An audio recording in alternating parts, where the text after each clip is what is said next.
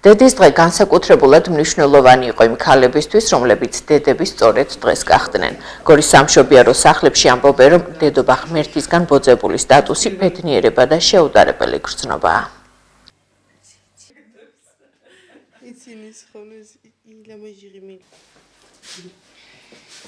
ფაქტიურად დედის დღეს გაგვიკეთა საჩუქარი, უნდა დაბადებულიყო ფიზიოლოგიური მშობიარობის შემთხვევაში ცოტა მოგვიანებით, მაგრამ ასე გადაწყვიტა ღმერთმაც და ალბათ თავადაც.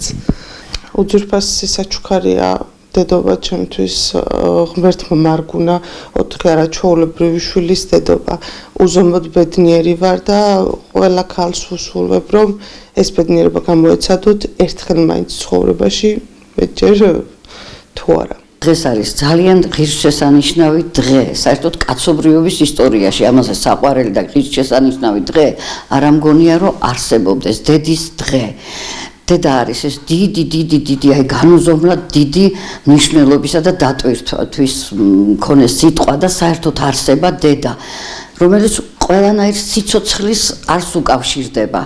და ზუსტად დღეს ვიმყოფებით გორმედის კლინიკის სამიანო განყოფილებაში, სადაც ზუსტად აი ეს ადგილი სამჭედლოა, სადაც სიცოცხლე იჭედება, სიცოცხლე იბადება და აი ზუსტად ამ ადგილას ქალი ხდება პირველად დედა და დედის სიხარულს, დედობის სიხარულს შეიგრძნობს.